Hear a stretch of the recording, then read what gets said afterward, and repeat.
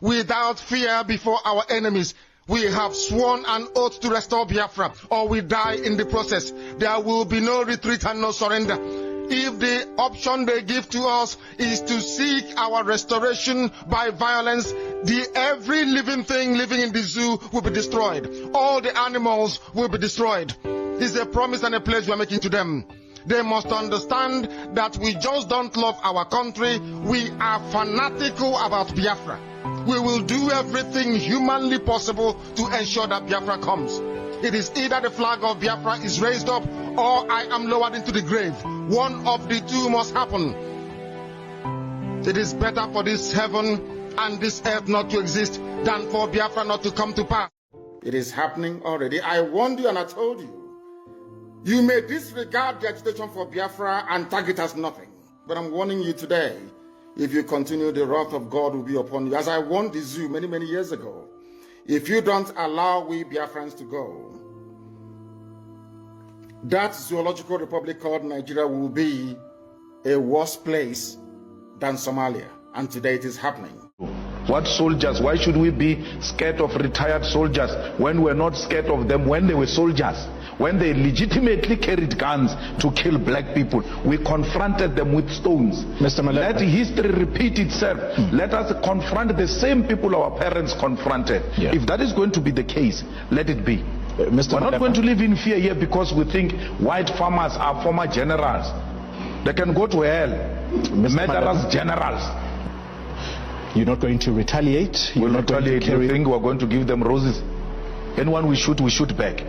So are you going there armed? No, we are going there peacefully. Yeah, but how are you going to defend yourself should someone come to any of your members carrying a firearm? But do you want me to reveal my defense strategy here so that the enemy agent can even prepare for that defense strategy? It can't be. These whites should know that we are not stepchildren in this country. This is our country. We too belong here. If a man exercises his constitutional rights, that will lead to a civil war, so be it. But you are saying... When I defend myself against white racists and terrorists, if you are scared of them, it's none of my business, Chief. But you are saying... alone. But you are saying... of being scared of white people. I'm standing up to them. Yeah. I'm standing up to whiteness. I'm standing to white arrogance. I will never allow it to play itself out in South Africa when I'm a leader of a political party. The EFF's presence in this democracy is to put racists at their own place and show me the war where I'm talking about the war. And you said with a gun, you are not going to reveal your defense strategy. What is that defense strategy? Is self-defense allowed by the constitution of this country. Is that what so you it's do? easy to conclude. When a black man is going to engage in self-defense, you don't know, what if I've got a black belt? Mawashi Geri. How do you know? Self-defense is not a gun.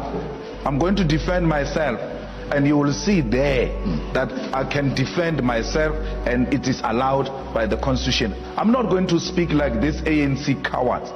Till today, Tony, the people who stormed the court, the people who banned the vehicles, their faces are all over. Only a person who suffered.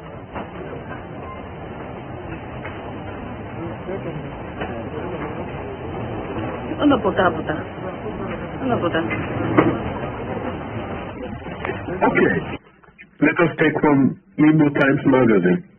Just in, the Nigerian Chief Judge clapped for Mazi Nnamdi Kanu in court today. This is something that has never happened in the history of Nigerian court sittings. They are killing my people, Nnamdi Kanu responded. They are killing my people daily in Nigeria, and you expect me not to tell them to defend themselves? Nigeria is attempting to wipe out the Igbo race from the face of the earth, and I have every right to urge my people to protect themselves. That's what Nnamdi Kanu declared, as he strongly responded to these claims that he was inciting violence through Radio Biafra. And he continued, he said, I told my people, if they kill you, defend yourselves. If they burn down your homes in the north, fight back. That is not incitement. It is called self-defense, as recognized under international laws. Kanu said, finally addressing the Nigerian legal representatives there in the court. He continued to lecture the courtroom on the principles of self-defense and international human rights, prompting the judge to eventually smile, seemingly moved by the intensity and the passion in his argument. Of course, this was a very clear one that even a dumb knows is a valid argument. You saw the judge clapping in acceptance to Marvin Namdekanu's argument, as she held it a very valid one.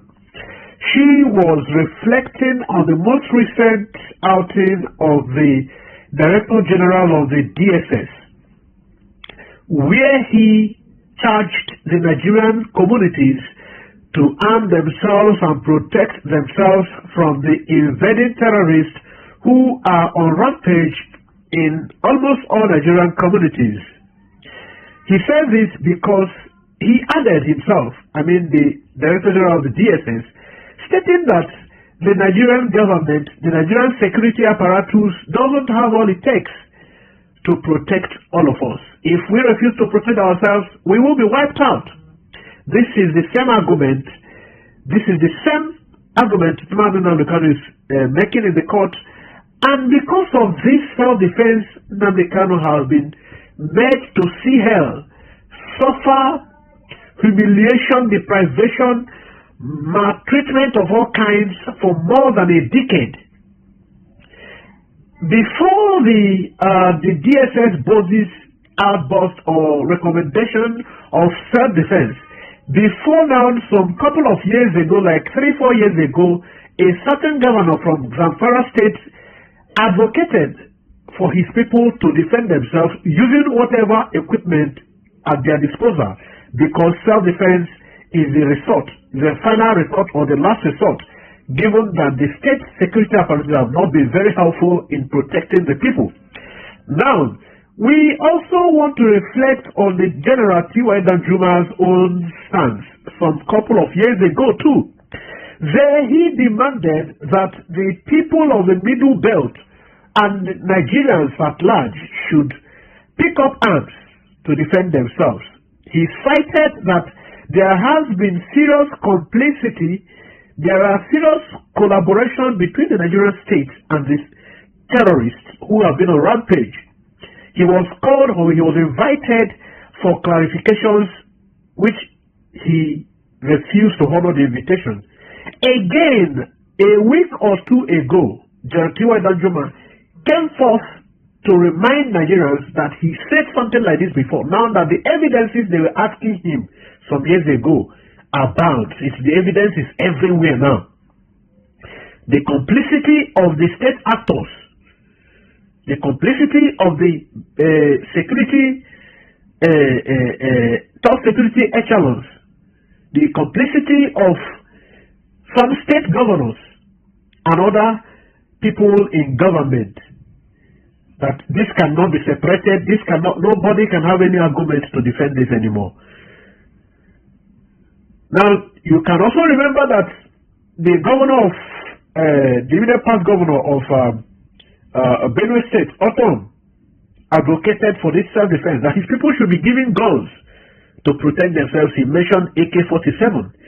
Now, at what point did it become a crime that an Igbo man should ask for the same thing that a man asked from Benue, asked from Zamfara, asked from Plateau State, asked from other states? At what point do Igbo man become less human to that man from Zamfara? Can you compare the intellectual capacity of an Igbo man to that man from the north?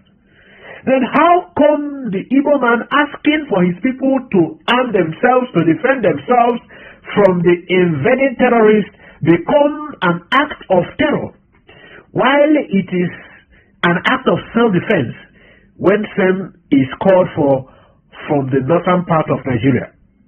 It is for some of you morons and never do well, who will want to protect one thing and call it evil when it applies in another clime or another community. You protect it when it happens to another community and call it crime when it happens to another. So let us go beyond this as we move forward. Thank you. Listen. The indigenous people of Biafra, it is our leader here. I want to show us what items the prosecuting counsel has against our supreme leader, Mazen Namdekano. But among these things, these items listed, it's supposed to be 13, but they presented 12. But then, do you know that amongst all they presented that was gotten from Namdekano as exhibit, included both it includes some other items, but excluding these ones that really means items that can be associated to terror or violence. There was no missiles, there was no rocket launcher, there was no grenade, there was no RPG, there was no warships, there was no fighter jets, there was no APC meaning armor personnel carrier, there was no AK-47, there was no bazooka, there was no Terika, there was no Bazan, there was no M1, there was no dynamite, there was no landmines, there was no petrol bombs, there was no sheller, there was no atomic bombs, there was no nuclear weapons of any sort, to mention a few. There was none of these things that can be linked to violence and terror.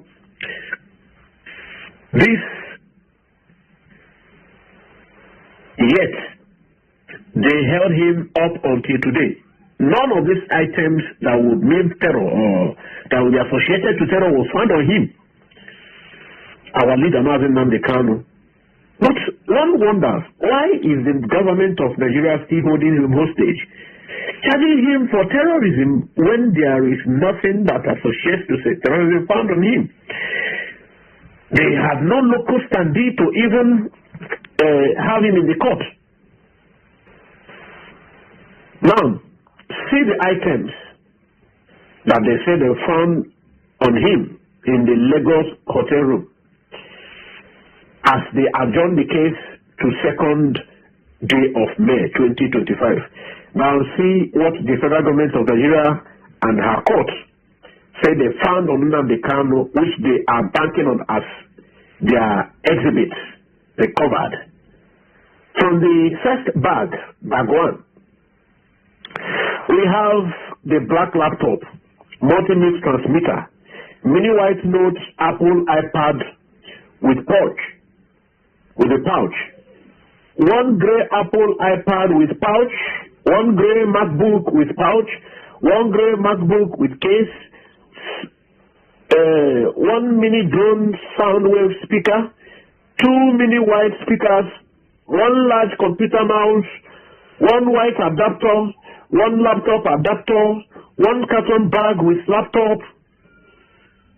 They should be 13 actually, but here we have just 12 items. Go to the second bag. They have 3G modem. They have a Glow modem, 2 units of 3G modem, 2 units of Glow modem, Glow Hawaii modem, MTN modem, Etisalat flash drive, camcorder, hand recorder in a black pouch, black book, pro adapter, microphone stand then Philips headphone, radio sharp mic with cord, pro sound mic with cord, 4G light modem, a bunch of cards. Only one card was found, power adapter for mixer. Now, Easy Blaze white modem, Samsung phone, black Motorola phone, one Nokia phone, black Samsung, black phone, Blink, black modem, 8G flash drive, extension wire adapter, a aisle of shoe, a belt, cedarwood sneakers, footwear. Then you go to, it should be 32 items, but it's not complete here. So no, go to the third bag. You see, a black sausage wristwatch, 2 singlets, sealed hands, perfume, trinkets, Pockham perfume, Harry Packham wristwatch, Diesel wristwatch, Alexander Christie collection wristwatch, club wristwatch, 10 items altogether. Go to the fourth bag. 3 bank MasterCards, copies of documents, copy of IPOB complimentary card, document tag IPOB, 1 white clipper, 1 bottle of medicine, Oman perfume, 2 mini scented oil perfume, 1 empty black purse, Nigerian passport bearing name Okukanu, 1 Nakibia Namdi Ngozi Chuku, British passport bearing the name Okukanu, 1 Nakibia black purse, passport holder, card holder, box of Rockaden wristwatch, 4 bundles of cords. Nigeria. Is there any bag of Indian hemp here? Is there any rocket launcher here?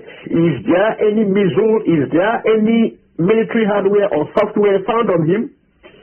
Why then do you have the conviction or even the morality? Or do you say, why do you have the conviction, the boldness to tell the world that this man should face terrorism charges? Somebody having items that can be for sales, items that can be for any reason. Why hold him? How many years of his life wasted by the Nigerian state? Let us continue. Ịma na asị na ụfọdụ ka emere Igbo, ụfọdụ ka Igbo mere onwe ha, ụfọdụ ka Hausa mere Igbo, ụfọdụ ka Igbo mere onwe ha. Now I want you to see something. While the Mazin Nnamdi Kanu's legal team has upgraded by adding up more 4 powerful senior advocates of Nigeria SANs to the defense team, the people who are supposed to be members of the indigenous people of Biafra, who Mazin Nnamdi Kanu himself put up and make somewhat relevant, instead of clapping to this development that should be a positive one, have decided on the reverse to lampoon, attack, and of course condemn this positive pride. What are they saying? That they should forget that Nnamdi Kanu cannot get justice. Okay. Nnamdi Kanu cannot get justice. Okay. Mind you, that all along, since Aloy Ejimako Esquire and his team of lawyers took over this case of Mazin Nnamdi Kanu, taking it away from the person Mazin Nnamdi Kanu himself saw as sabotaging or betraying his cause. The person who was always claimed to be Nnamdi Kanu's most trusted lawyer, in the person of what was his name, Ejiofor. Now, Nnamdi Kanu, have you seen this man not just not being competent, not about his incompetence, but also because he saw him that he was leaking his legal updates and striking strategies to the enemy, and has been, conspiring, conniving with these people to thwart his attempts to come out or to emerge freely because of promises made from the government of Nigerian's camp.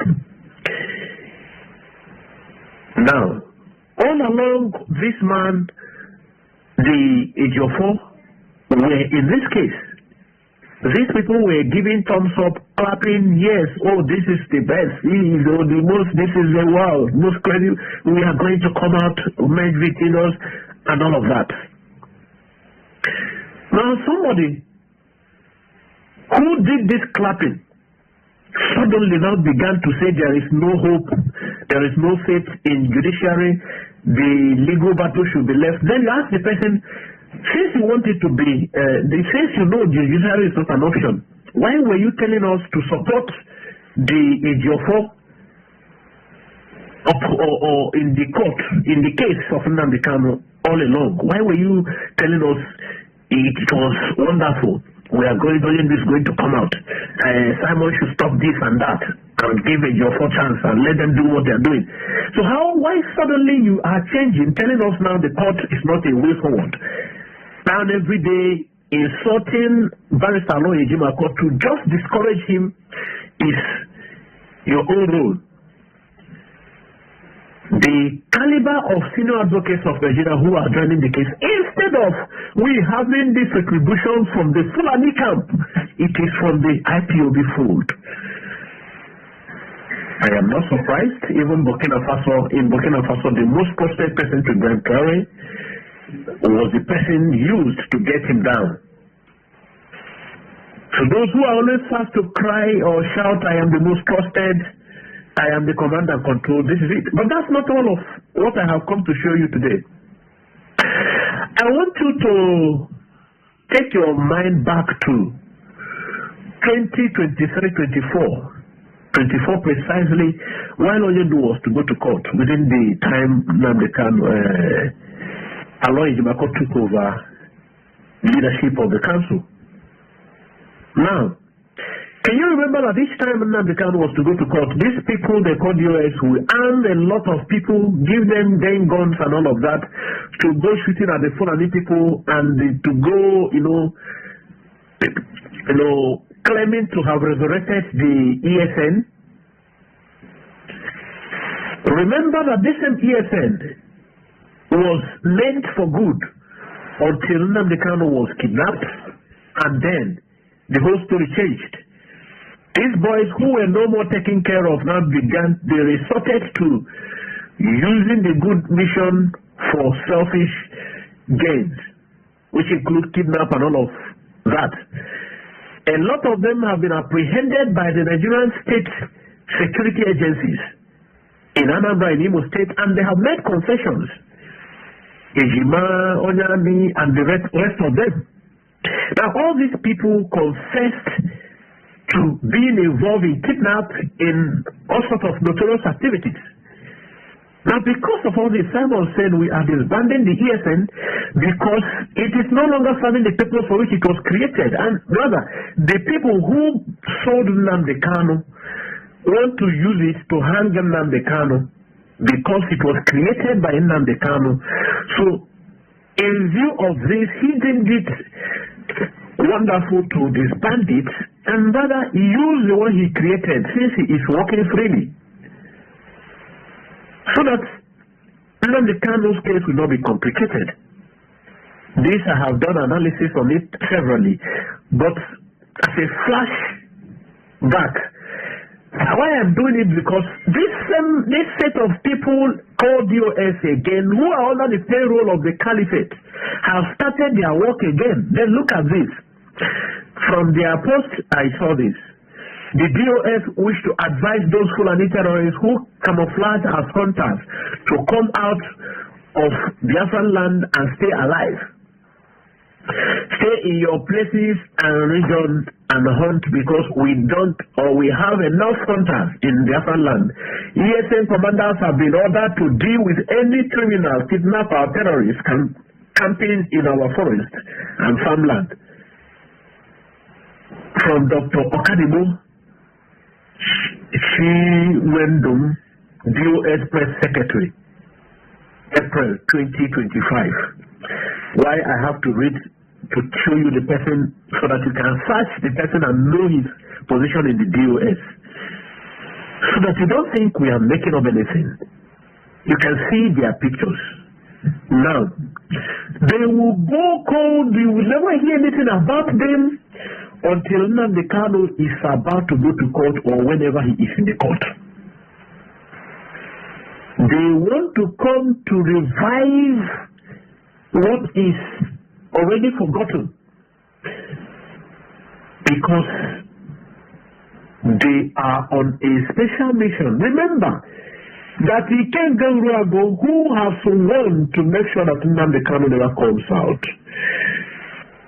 is still part of the DOS. He said he has withdrawn from IPOB, but is still member of DOS.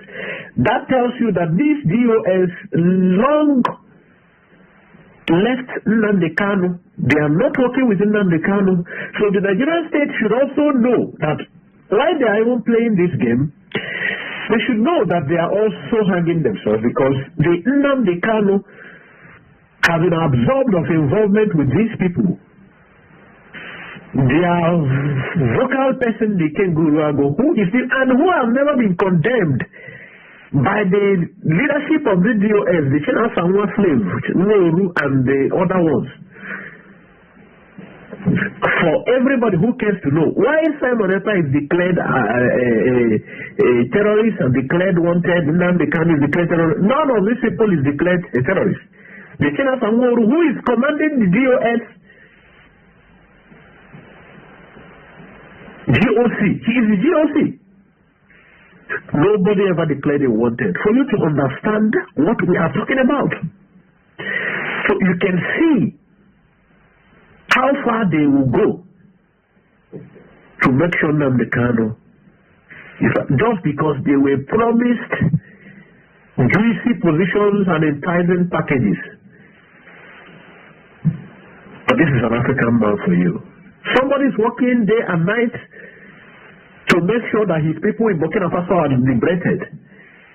Somebody who has seen hell through with him went back to the enemy's camp, because, like the Burkina Faso leader said, some people are already mentally doomed. They are naturally meant to be slaves. It is about the mental construct. So now you can see that these people you keep on calling DOS, why the likes of Paul Achebe, who is their advocate, who was marketing them before today, is withdrawing himself, is that he has seen that these people are not going in the same direction with him. So you can see that there is no hope where some of you are going. These DOS people now have their replica in the Simon Ekpa's fold as well. That is why you see some elements in the Simon Ekpa's fold recycling these members of the DOS ESN and their Ken Guruago's leadership. They are recycling them, bringing them back after Simon disbanded all of them. And some of them made open threats to Simon that they have their members, in fact they are all around him. Today we are seeing that they are really all around Simon. And they made bold their threats and made it real. I swear. This is the group that called themselves ESN. Nnamdi Kanu never masked his own ESN. Nnamdi Kanu never masked his own ESN. Are we together? I don't intend to exhaust your data. You use it for other internet activities. You use it to know what is popping, what's happening around the world, around our land. So I will not also bore you up with too lengthy analysis. I want you to reflect on this. Take a breath, a long or a deep breath, and then ponder over this, and your discerning spirit, you will know the truth and walk according to the truth. Nnamdi Kanu means well for you, Simon Ekpa do. Anybody who is not working with them does not mean well for you. Thank you. This is Akana Parasuko. Have a great day.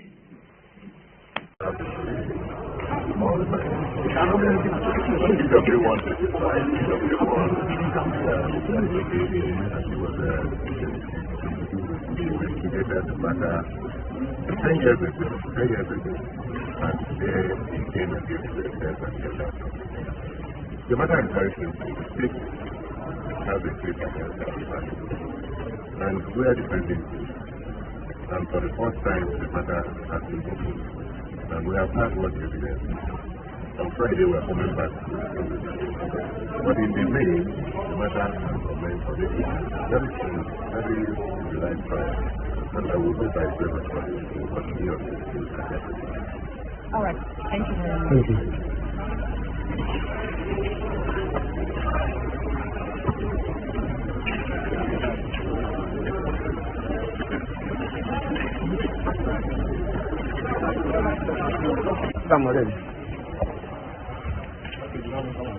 Yeah, the talk is over, so we are heading inside now to. Huh? Okay. We are heading here. This is the court, and we are going there now to see what is going on.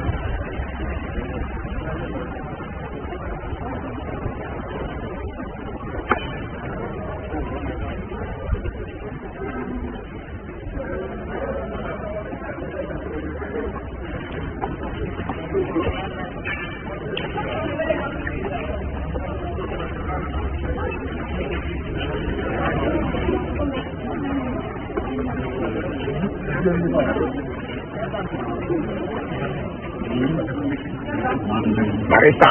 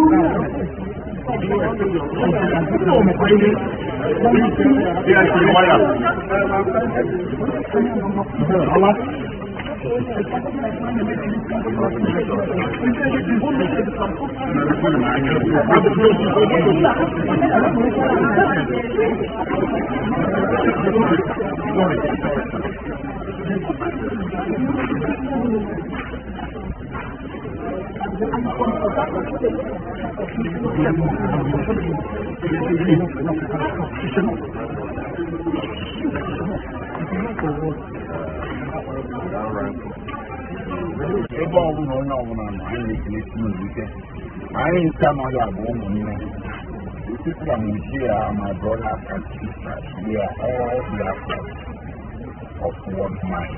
The lawyers are here, some of them. The others have been fast investigation. We are going to meet them. Tomorrow we are going to the DSS to meet with the ONU. Today, what happened? For those of you, and one only is going to be fine. I got you about the American Nine, Dr. Sylvester here, and Dr. Chukwuemeka of the Igbo, of the American military veterans of Igbo State Honor here. I regret for the solidarity and to Onyendu and the legal team and they do all the way from America to show solidarity. We are very, very grateful, and this thing was denying us Mary at the end of the day. So what happened in court today, as a way of recapping and informing those who didn't come to court, was very simple. Finally, the government is getting the so-called trial that it has always desired as of late. It didn't desire this trial for the past 10 years, but for the past 6-7 months, the government has been intent on having a trial. But the trial has commenced today, and we have seen, those of us in court, that the case rings very hollow. The prosecution witness was examined on direct examination by the prosecutor, and he made an application, meaning the prosecutor made an application before then for the witness to be matched or to be screened away from the bird's eye view of the general public. The only person that could behold him from our own side of the aisle was Martin and the law required that. So he was spied from behind the scene, and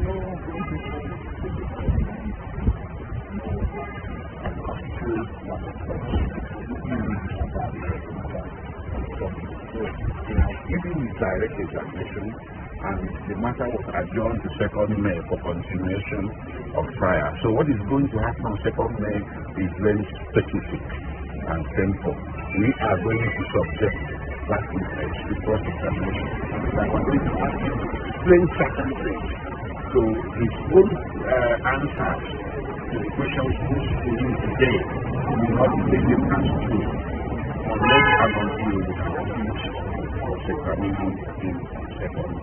So we are very hopeful that in the end our victories are sure. We shall prevail and we shall be able to show through this trial they are having or the three having today that Martin and did not commit any offense not to law. Thank you. All right. Thank you very much. Thank you, sir.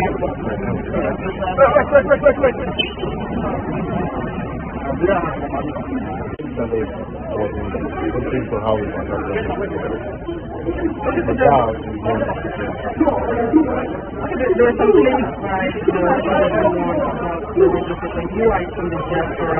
How do you react to that? Well, it's quite unfortunate that we have not gotten up to understand that you cannot just arrest people because they have a fitness on them. When the interview was going on, the leader of IPOB was mentioning in that particular interview that he was just broadcasting, telling the world about what the British government is doing. There's nothing wrong with him telling the world that we deserve our rights and we deserve what is in London property. To respect, to have what they have, whatever they enjoy, we need to enjoy it in this country. We don't have to be fighting each other. I think that's what he was trying to put in place. All right. Thank you very much. My name is Dr. Sylvester Swanya, President of America Veterans of the Project. All right. Thank you. Thank you for your time.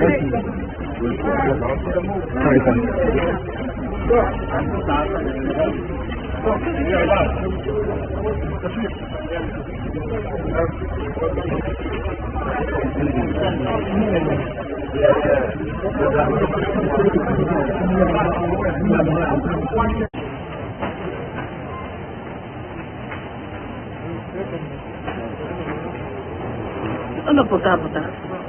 Ano puta?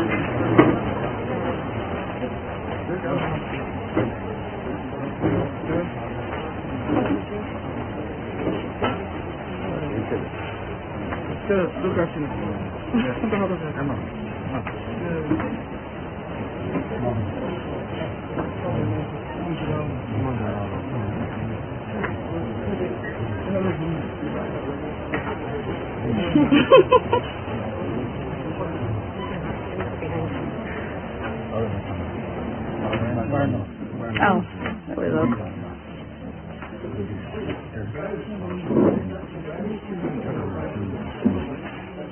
Okay.